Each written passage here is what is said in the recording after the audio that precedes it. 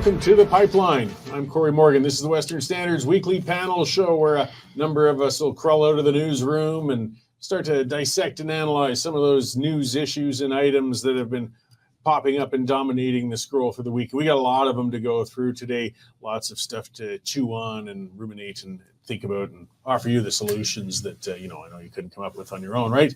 All the wisdom in this room, how could we not solve all the problems? And I'll get on to joined by the wise. I've got our opinion editor, Nigel Hannaford. I get all my wise ideas from my wife before I come to work in the morning. Recognizing that as a form of wisdom already. Absolutely. It works for me. Perfect. And our news editor, Dave Naylor. Nice to be part of the two wise men. And back in studio twice in one day. Oh, internet problems will do that for you. Those lights are going to give you a tan line. Exactly. All right. Well, let's get to it. Something, I don't know if it's surprising or not surprising, but we've got some polling numbers coming out showing the UCP seems to be doing all right. The UCP seems to be doing all right. Abacus poll out today shows them 15 points ahead of the NDP if an election was held today. So, Premier Smith's had some controversies, Nigel, as you know, and seems to have come through them on the other side. And also, interestingly, the poll shows that she would also handily defeat Naheed Nenshi if he happens to win the NDP leadership campaign. Not that I have any wish to be especially fair to Naheed Nenshi or any other person who wins the NDP leadership, but frankly, until they've had a chance to speak up, set out their stall, it's probably a little premature to be saying, well, they'd get defeated anyway. I mean, the man is a powerful speaker, and there are some people who will like what he says when they've had a chance to digest it, assuming that he is, in fact, the chosen one. Well, that would be the time to run a poll and see how he stands up. What I think is, however, has happened here is the Premier Smith, after an admittedly jumpy start, this was somebody used to driving automatic, who'd just been given a stick shift. There were a few jolts along the way, but she's got the hang of it now. And she has accurately, I think, represented the popular sentiment in Alberta towards what the federal government has done to our primary industry, and by extension is doing to Albertans generally, in this foolishness that the federal government has put out with the demand for a net zero grid in an impossibly short time. I think everybody who has experienced 30 below on a dark night understands what utter folly that is, and they're falling in behind her. Yeah, well, and I would think some of it too. I mean, people gotten familiar with Premier Smith. I mean, it was from the moment she ran for the leadership, negative opponents campaigning against her from within the UCP initially, and then certainly in the general election later. I mean, they accused her of pretty much everything was going to happen if she became premier. It would rain frogs, your milk would sour, she would illegalize gay marriage, or who knows what else. They accused her of anything and everything. And people have seen after a year and some that, yes, as you said, she might be having some troubles getting into gear with a number of items. She's not extreme. The world isn't ending. We've seen that before with Prime Minister Harper. I mean, they said the world was going to end when he became prime minister as well, and nothing of the sort happened. So, just the liberal world. Yes. I will say, it doesn't matter what the issue is. Premier Smith seems very, very well briefed and very informed on the topic, whether it's healthcare, electricity, Ukrainian refugees, whatever it is. She's read the file and she knows what she's talking about. I don't think I can remember her being unprepared for a question at a press conference. She's always got answers right on the top of her mind. Well, you got to remember that the Premier is somebody who would rather read a policy brief before she goes to sleep at night than a novel. I mean, she eats and drinks this stuff, always has. So I'm not surprised to find that she's very, very well briefed. Well, she has been blessed for a while too, though, with an NDP that's leaderless effectively. I mean, Rachel Notley is still hanging in there till the new leader comes in, but once they announce, they become lame duck. And it does give an advantage to the government when you don't have an established person. I mean, as you said, it remains to be seen, but whether it's Naheed Nenshi or maybe old Gil, if it keeps things exciting enough, or somebody else, but there will be a figure at least to stand and critique and focus on being an effective opposition, perhaps for the UCP. So I mean, this might be reflected a bit of having a weak opposition rather than a strong government at this time. Sorry, I'm just going to say that the Nenshi train seems to be picking up steam. They held a rally in Edmonton last night.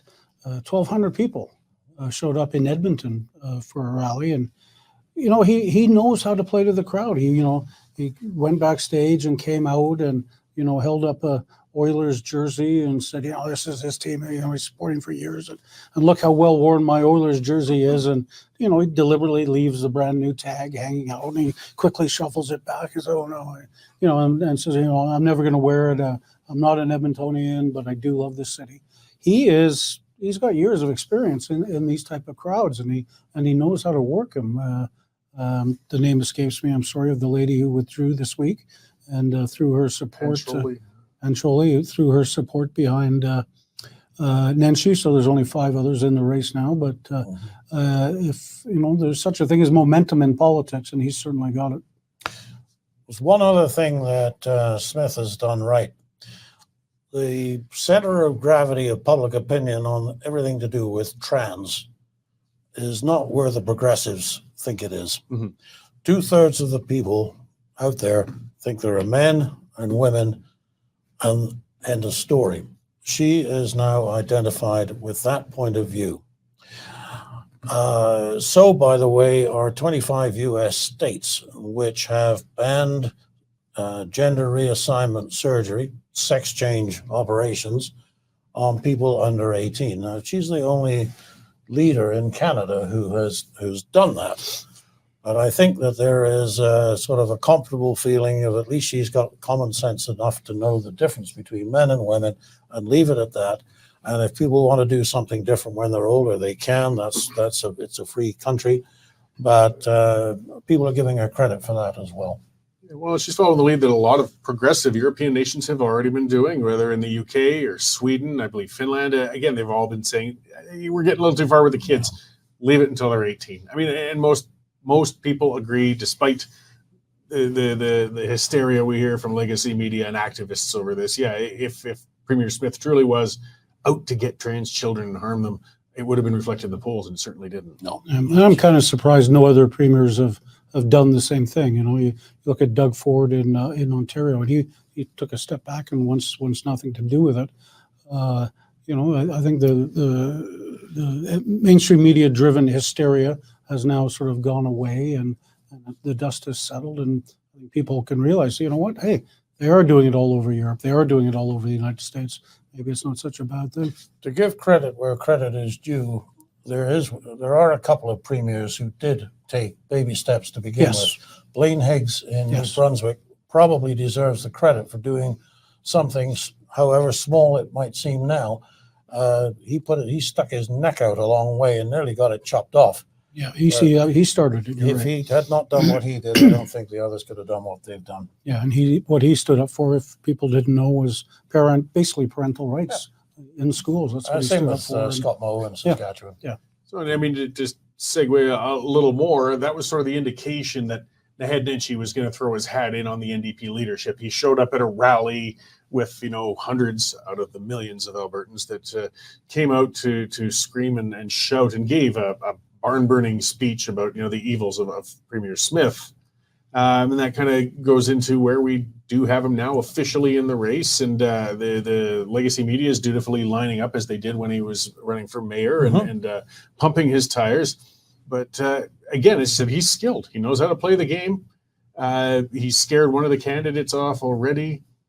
Word is that the memberships have doubled at the NDP just since he entered. Momentum is everything, and this leadership is a freight train that's going to take this over. It sounds like he's getting his old band back together. All the people that helped him get into the first mayoral victory in Calgary. He's hired some of those people back, and some old colleagues are now his media spokesman. So it is almost like a time warp for Mr. Nenshi. Well, and I mean, I guess some of it too, though, is okay. He's lit some fire in what had been a pretty dull NDP leadership race, actually. I mean, people hadn't really been paying much attention to it, and they're watching it now. But can he win in the general election? That's the other question people will have. I mean, there's two challenges. You can see why he's focusing in Edmonton, because two things. Edmontonians don't like voting for Calgarian leaders.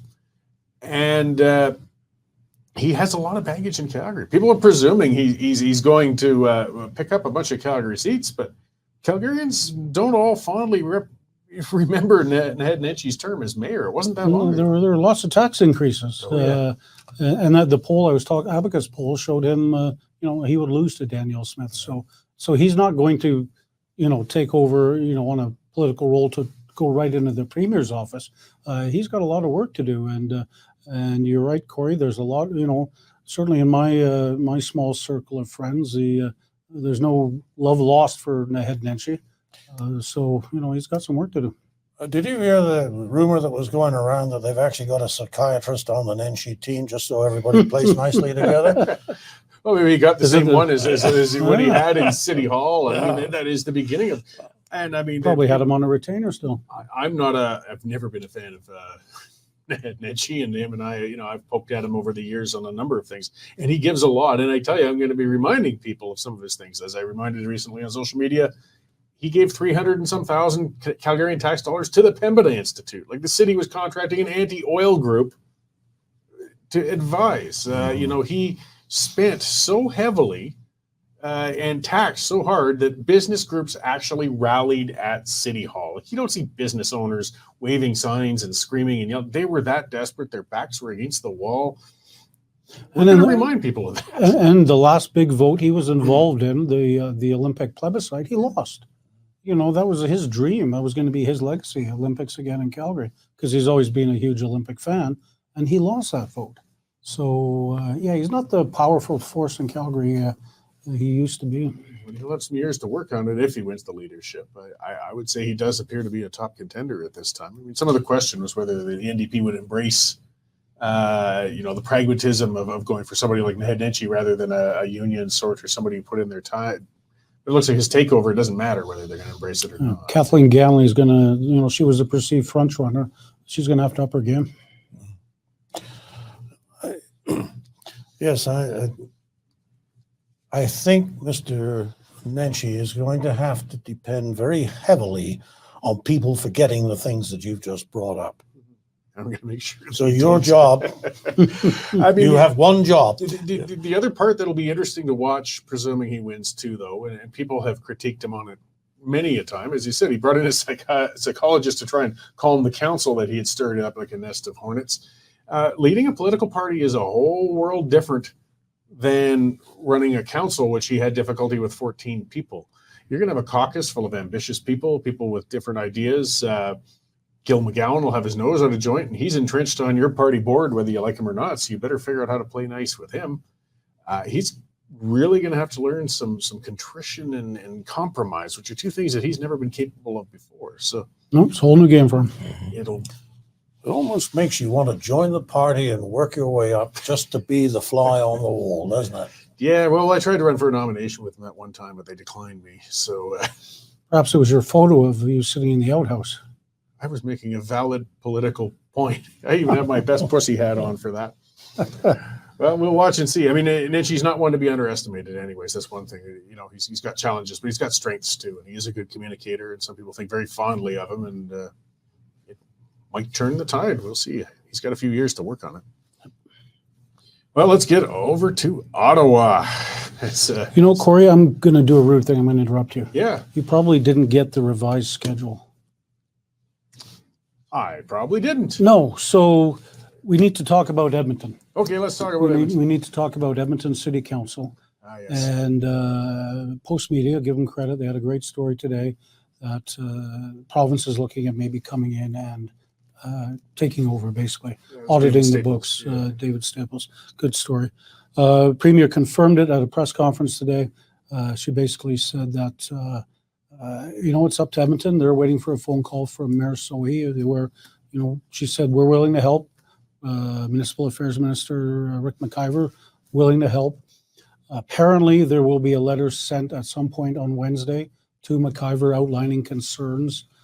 There were questions about fraud and bullying, and a UCP, not a UCP source, but a legislature source told me that the economic situation in Edmonton is pretty grim in terms of money mismanagement and how much money they have online. So Premier Smith confirmed they're going to move in if need be, and they're just waiting for the call. So a hugely significant story. You hear sometimes about school boards being replaced or the mayor of Chestermere being kicked out, but for the province to move in on the capital city, unheard of. Certainly is. You're right about the stories about boards and councils being taken over. I mean, actually, there's a beautiful irony in this. And back in the late 90s, the premier herself, Danielle Smith, was a member of the Calgary school board that got taken over by the provincial government of the day. So she was Lyle Olberg, I think, who had to step in. So the details of all that I never knew firsthand, and what I was told I've forgotten. But I always thought that must be an extremely unusual situation, and I guess it is. But sometimes the senior level of government has to come to the rescue of the junior one, especially when they're led by former Liberal cabinet ministers.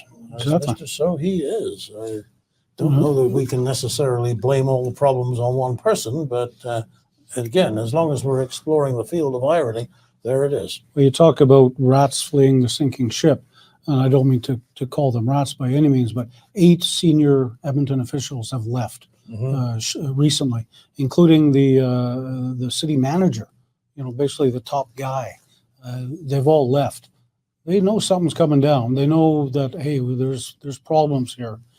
So it's going to be a massive news story, I think, over the next This week. won't be well received. I mean, a government would never take something like that lightly. I mean, imagine if our provincial government was getting haywire and we were into some sort of a deadlock in the legislature, and Prime Minister Trudeau said, well, I'm going to ride my horse in and take over and put things back in order. Even if we had a local mess, that's our mess. And I don't think Edmontonians might appreciate the premier. You notice the premier is very carefully saying, we're waiting for the letter. Yeah. Nobody is going to push the doors open and barge in. They're going to have to be invited in. But that's going to be a very hard letter for anybody in Edmonton to write in the city administration. Sounds we like screwed up. Come and help us. Sounds like it may not come from administration, but it may come from councillors saying, "Look, this is happening. We need you to investigate. We need you to help." And yeah, talk about Edmonton. Edmonton is a NDP city, so you're right, Cory. They're not going to be looked at very nicely for taking over unless the situation is so bad that they an Edmontonian can say, "Yeah, okay, you better get in there then." Because it's their tax dollars, right? And the governments have the ability. Like, I know people who aren't, constitutional weenies like us or whatever, to realize that the provincial government is constitutionally entrenched with their authority and things they can do, and the federal government is. Municipal governments, though, they're actually controlled by, and they are an arm of the provincial government. They can step in at will and change things in those. They don't have the autonomy that other levels of government would. So, I mean, not that the provincial government would be eager to step in, but they do have the authority to if they have to. Or if they must, yeah, that's right. Maybe we should have expected that something was more seriously wrong in Edmonton than we ever suspected, just by some of the news stories that have come out of Edmonton. I'm thinking of the homeless camps and the parlous state of affairs and the electric buses. They've had a transit fiasco. I mean, and their LRT expansion is hopelessly delayed and not working and being rebuilt. Their own buses are falling apart. Their electric buses aren't working. I mean, these are major civic issues, and they don't seem to be able to get a grasp on them. Well, and just the general tone of the place, the homelessness and how that translates into a public safety threat on the transit or even just walking down the street. Sometimes wokeism actually is the thing that kills itself because you just can't make it work. Premier Smith was asked about Medicine Hat. Why aren't you intervening in Medicine Hat? They're a mess, and they are right now. They're in all sorts of trouble. And the premier replied, "Well, you know what? They're not in financial trouble. They've got their own corporations. They've got their gas corporation and whatnot. So, let them work it out. And there's no real urgency for us to get in because there's no financial crises," which again leads more to the fact that perhaps Edmonton is about to announce one. Well, and that's going to be interesting to watch. I mean, I'm really looking forward to seeing what comes out because cities are more constrained. They can't run deficit budgets like other levels of government can. There's ways they work around it. I know Calgary likes dumping its debt on their Crown Corporation, and they also find ways that they can issue bonds that can, get them a workaround for debt. But still, they're pretty limited. They can't borrow uncontrollably like provincial and federal governments do. So it's going to be interesting to see how Edmonton, or what's so dire that they did with their finances then that they can't. Yep, it's going to be interesting to see. You're now back on course. Back to Ottawa, the other land of the loons. The Sound of Silence is the title on this. We got a couple of parts, and we're talking April 1st tax increases. Tax increases. We got your carbon tax going up, your alcohol tax going up. MPs are okay because they're getting a big raise. They'll be able to cover all that. So there was provincially in Alberta, the fuel tax goes back on. So our loony environment minister, Guilbeault, tweeted out this weekend, hey, why don't you, we've got our carbon tax, you've got your carbon tax, stop being picky about it. Premier Smith replied, well, sir, our fuel tax goes to build roads and to fix roads, whereas your carbon tax does absolutely nothing. Then there was yesterday, 4 or 5 premiers wrote letters to the government demanding to testify in front of the Commons Finance Committee about the carbon tax. They were rejected.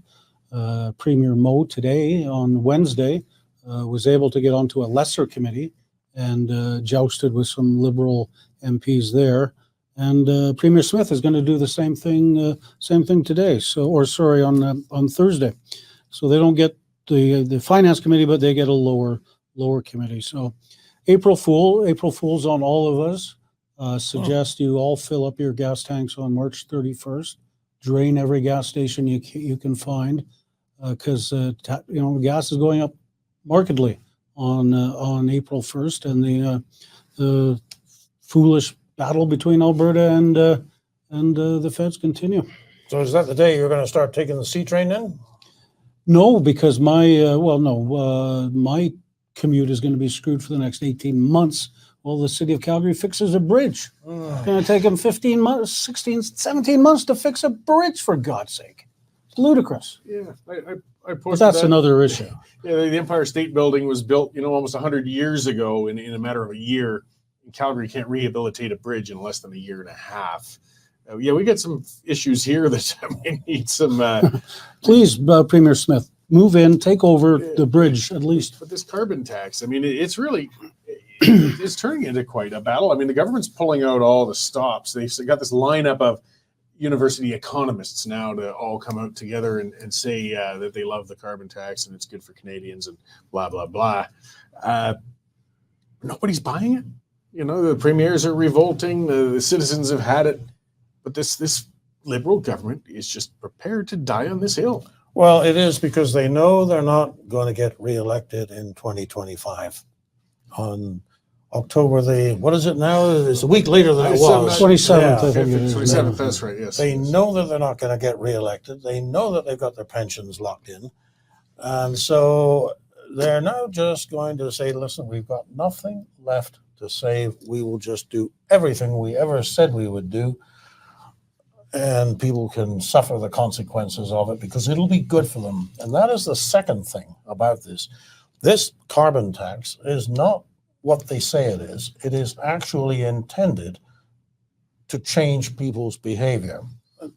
Mr. Trudeau said that himself when he made an address in Calgary last month, earlier this month, up at the Southern Alberta Institute of Technology. And he said, we mean this to change people's behavior. It's a market solution, he said, as if that deceived any conservative in the crowd. So whatever serves the interests of this climate change religion to which they subscribe, they're going to do. So a lot of things that aren't going to make sense. And the thing is that people like you coming in from the South actually do not have the options that people who live in that T2P postal district have. Probably don't even own a car. Excuse me. So this is like a rearguard action. They'll go down fighting. We unfortunately got to pick up the pieces at the end of it. And people's behavior won't change. Just said with Dave, you're not going to add 2 more hours to your day and get on the crackhead laden train to ride that up to get to the office every day. What's going to happen is you're going to get a little bit poorer, and you're going to have to pay more just to get downtown and back. I can't take the bus from Prentice. We don't have one. So I guess I'd have to hitchhike if I wanted to change my behavior. You know, we can't turn down our heat to an unsurvivable level. That's the thing, is these are fixed behaviors that they're trying to change, and it's not working. I mean, if they could make the case that it's working, I still wouldn't like it, but I could understand it. There's no evidence this is changing anybody's behavior. It's just making them broke. No, and all those thousands of cars that go over the flyover every day, they're still going to come downtown. They just have to find other routes. Yeah. And holy cow, talk about rush hour traffic. You know, if this a weird thing here, we've not learned anything since the Second World War. If this was 1944 and the Bow River was actually an obstacle to the advance of the Canadian Army, they'd have the Royal Army Corps of Engineers down there. They'd have something up for you in 12 hours and something that was actually dependable in 24. You know, why do we not think outside the box on things like this and just say, fine, it's going to take 18, I don't know why it takes 18 months to fix the Langevin Bridge, but if it takes 18 months, fair enough. Well, let's do something different while we're fixing it. Yeah. This is a big city. We can do stuff like that. And you see other countries build bridges in the weekend.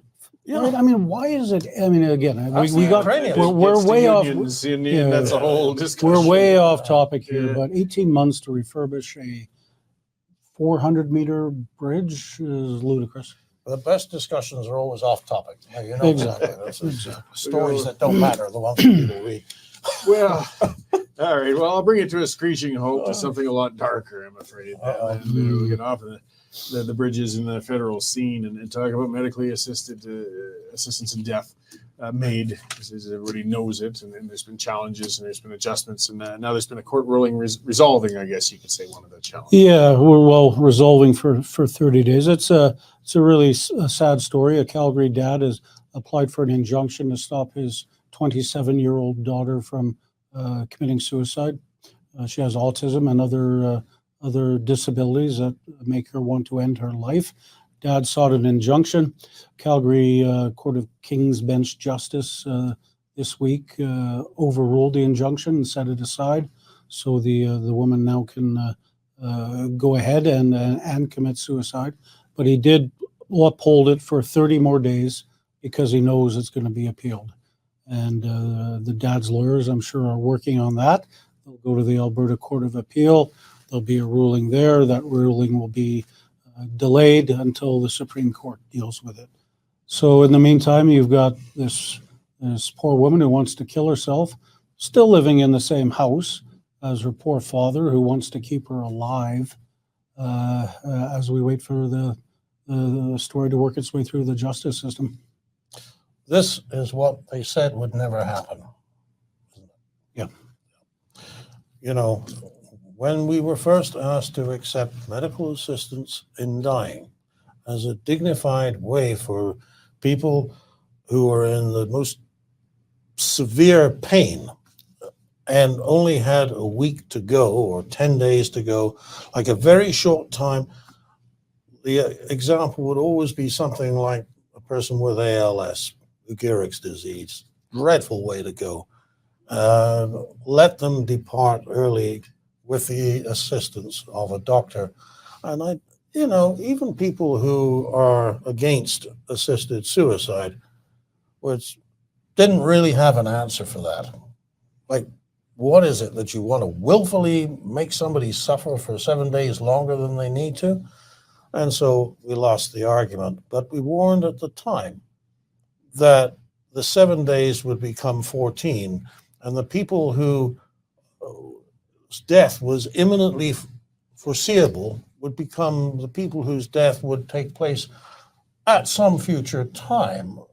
And the boundaries would be, but we'll never put it for young people, and never for the mentally ill. I'm not saying this woman is mentally ill, by the way, just in case. But there was always going to be a fence around it. Well, if a 27-year-old woman can, with apparently a supportive family, no, I'm going to do it anyway, and the courts are prepared to back her, it's what we said would always happen, and it has. Well, this woman's case, does she have a physiological ailment, or is it just the autism? I think the autism is the major one, Yeah. but she's got aches and pains, and is uncomfortable all the time. It's just that's where we get into some of these discussions. I mean, it was also it's such a complicated realm. We speak of somebody then if they're an adult and have their physiological faculties. Let's face it, if you really want to end it, it's not that hard, and people sadly do quite often through a number of means. Their pills or whatever other creative ways people unfortunately choose their end in their lives. Do you necessarily need the state to do it? I mean, again, if somebody's, in a physiologically restrained condition, they can't even get out of a bed, they're in agony. That's a whole different ballpark. But we're talking about people that are quite able, and I'm not suggesting that she should do it herself. I'm just saying that though, why now do we have this responsibility of our health system in the state then to facilitate it? It's a quagmire. It really is a quagmire, and I feel so sorry for the father, and you hope it works out well for the family, and they're the test case, and we haven't even got to the mentally ill part yet. Right? That's coming down the road in the next year or so, when mentally ill people can take the choice. We've got poor people who want to commit suicide now because they can't afford the cost of housing. Should that be allowed? We lead the world in medically assisted suicides. Well, I'm wondering with some of the people who are poor are saying they want to do it because they're poor, but I wonder if they're not using it to make a political statement.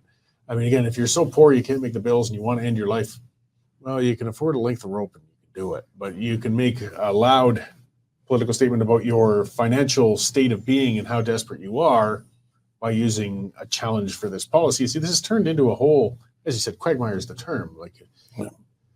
Well, last year, for the last year for which we have the numbers, I think it was 2022, 15,000 medical assisted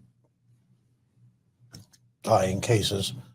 Only about 3,500 of the regular old-fashioned suicide. And it's been a steady 3,500 to 4,000 for the last 10 years, which is kind of as much of Statistics Canada as I've gone back.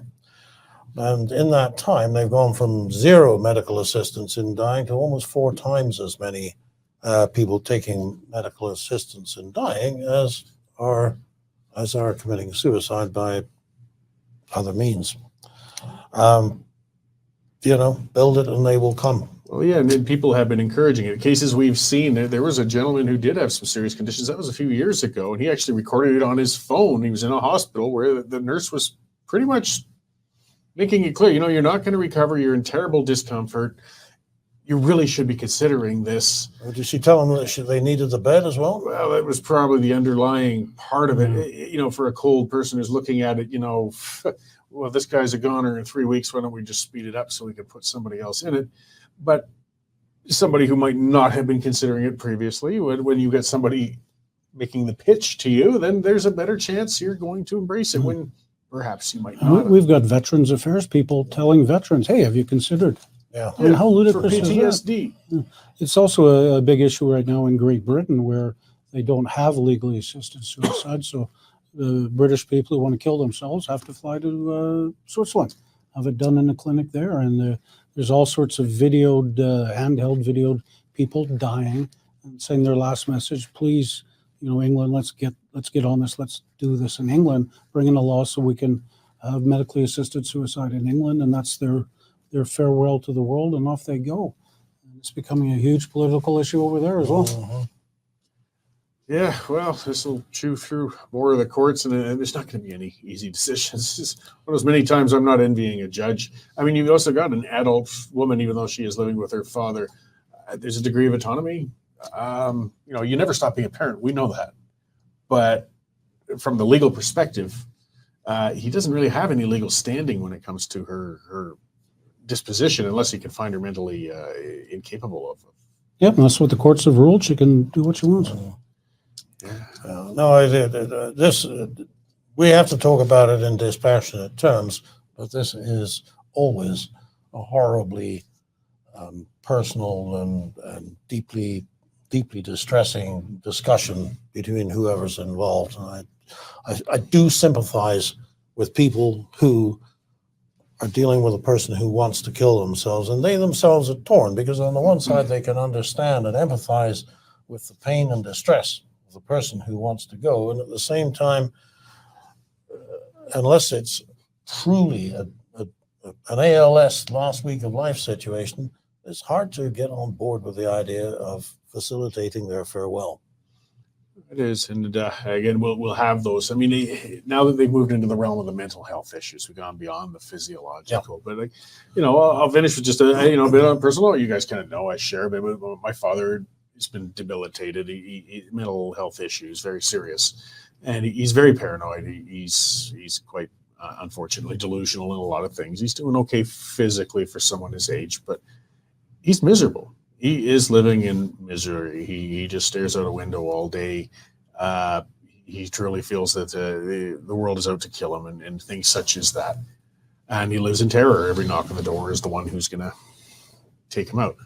Now, I'm not saying that I would like to see that option applied to him, but I am kind of seeing how horrible a life is when a mental health issue can still be quite agonizing if you're enduring it and living within that weird world of a non-reality. I mean, offering that way out, I don't see as appropriate, but it's weird for us to put ourselves in the shoes of others to dismiss, well, it's just a mental health issue. Okay, but that can be pretty horrible to endure as well.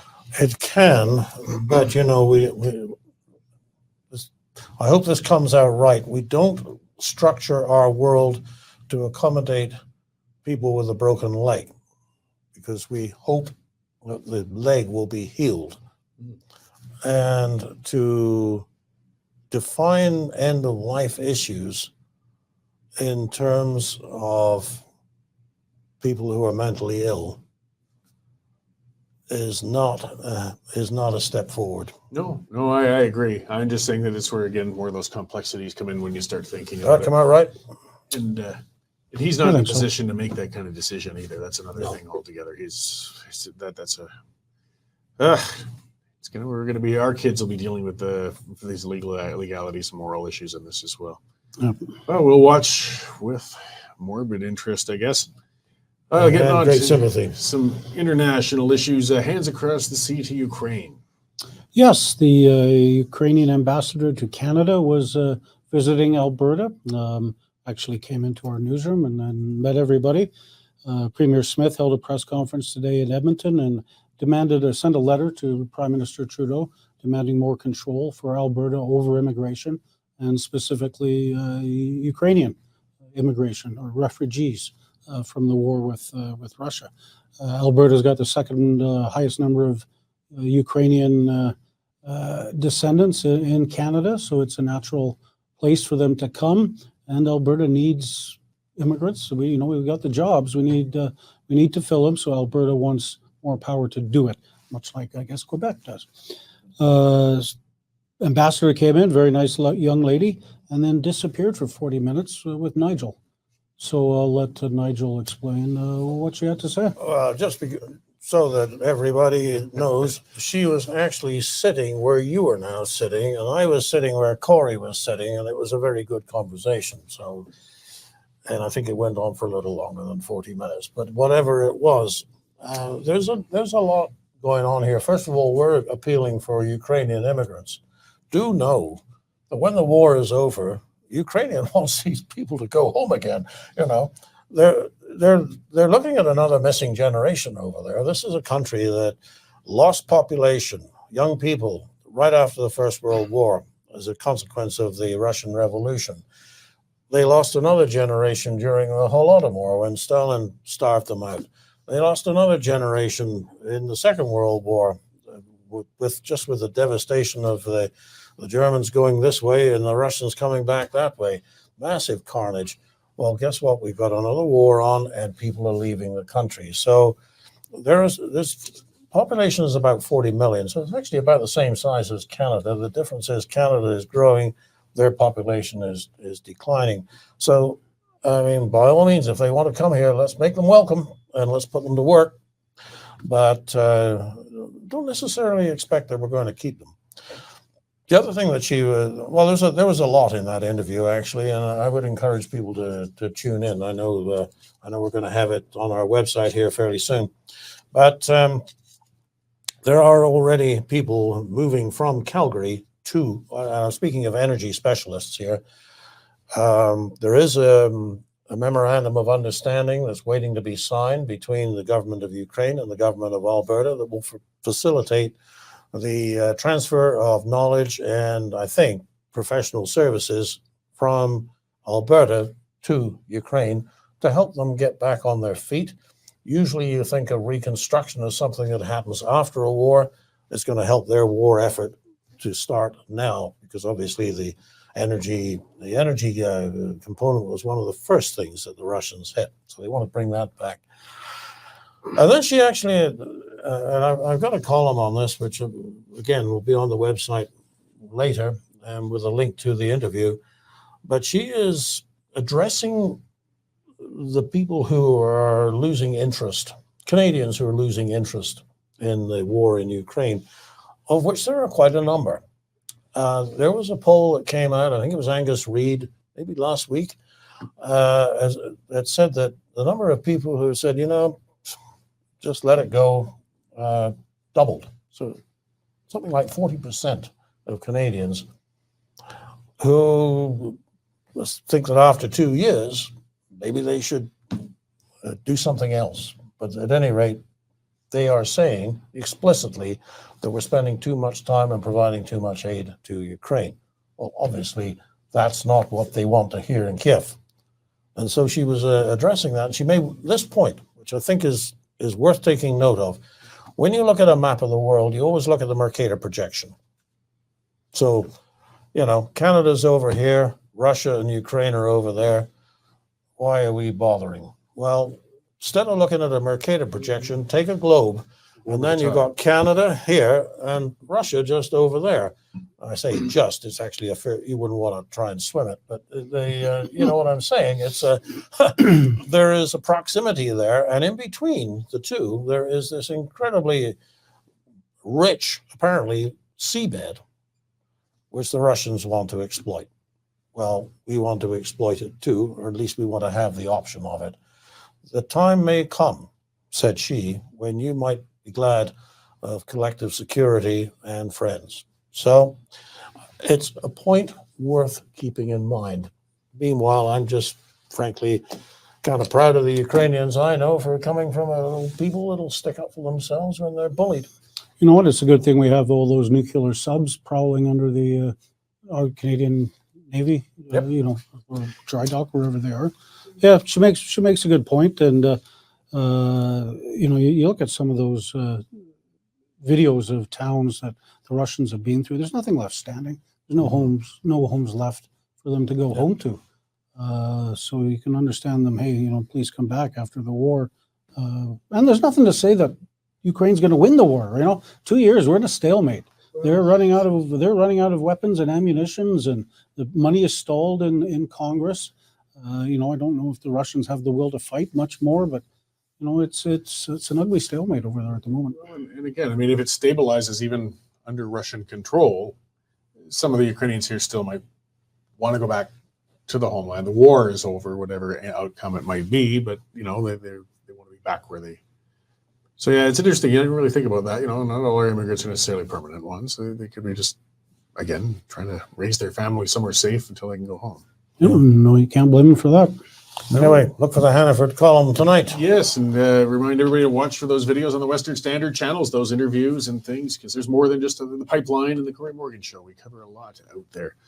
Well, anyway, another thing Ukrainians are good with is Easter eggs. They I can't forget how you pronounce that up in Vegreville, Pysanka or something like that. But, I don't know. Did the ambassador tell you how they pronounce it? It never came out. Never came up. well, but either way, nothing is sacred. Even our more conventional Western Easter eggs now have been hit by the woke, Dave. Yeah, apparently Cadbury's, which Nigel, being the historian on the table, will fill you in about Cadbury's, but they're apparently selling not Easter eggs in England, but what is it? A gesture. Gesture eggs. I guess they didn't want to offend Muslims at the one of the most important Christian days of the year. So you're now available to get gesture eggs. So not even the good old Easter bunny is safe from the woke crowd, Corey. And we know how well it worked out for Budweiser and Target and Dylan Mulvaney, and well, it worked out okay for them because they're getting money. But well, I gather that you can still get a Cadbury's Easter egg, but the thing is, they're also marketing these gesture eggs. So this is the thin end of the wedge. But what is so? I don't know, if you are a history buff and you take these things seriously, and especially the significance behind the Easter itself, it's very distressing. I mean, the Cadbury family, they sort of rose in the 18th century, and during the height of the Victorian era, they became extremely successful as industrialists. But this was a Quaker family. They were very conscientiously Christian. They were abolitionists when it came to slavery. They were the kind of people who had advanced ideas about providing good accommodation for their workers, people who worked at their factories. They tried to do good with the wealth that they got, and they made Easter eggs. Well, the whole enterprise is now in the hands of people who have no sense of that history and no wish to perpetuate it. I predict that it will end badly. And the other thing that's I couldn't help noticing it. There's a church here in Calgary. It's not a denomination that I'm familiar with, the Unitarians, but don't know what they believe. But somehow they managed to accommodate a drag show into their Easter worship services. So we live in strange times, and for those of us who do take the things of God seriously, and have a sense of what Easter is about and why it matters for everybody, these are just more slaps in the face that. Well, the Unitarians, I am familiar with them. They're just a social club for leftists. They're people who like to pretend they're going to a church, but actually have rejected every tenet of the religion itself, and they just get together and actually try to find ways to give finger to the traditions of the church, and they've done it with the Easter. And we've seen the Easter eggs go to the sideline, but I'm sure a competitor will rise up and come up with Easter eggs. I don't think people like go that easy. Well, we've got to get Nigel his own show on the History Channel. Yes. I was just thinking we got to get an Easter egg for this guy. We'll see, but the thing is too, who was offended by them? It wasn't Muslims. It was some purple-haired, white bread, woke, cellar-dwelling liberal woman, and that's all it took was 3 complaints, and they scrambled to make something else. So, let the economy cure it. It's unfortunate long tradition was ruined by the woke fools and cowards, but we're going to see more of it. Oh, well, I think we've run out of time to wax on about these things. So thank you very much for all of the contributions. We covered a lot of ground today, from the light to the pretty sad, and we'll do it all again next week. Yeah, happy Easter to you and Jay, and Nigel, to you and Judy. And to everybody else out there listening and watching, it's a long weekend. It's for Easter. Get out there, enjoy, whether religious aspect or just getting together family. That's what these weekends are for. Take advantage of it. The time goes fast. So thank you for tuning in today, and we will see you all again next week. Canadian Shooting Sports Association. Without the CSSA, our gun rights would have been taken long ago. These guys are on the front lines helping to draft smart and intelligent firearms regulations and legislation in Canada, and more importantly, educating the public about how we keep guns out of the hands of the wrong people. To become a member, it's absolutely worth every penny. You can become a Western Standard member for just $10 a month or $99 a year.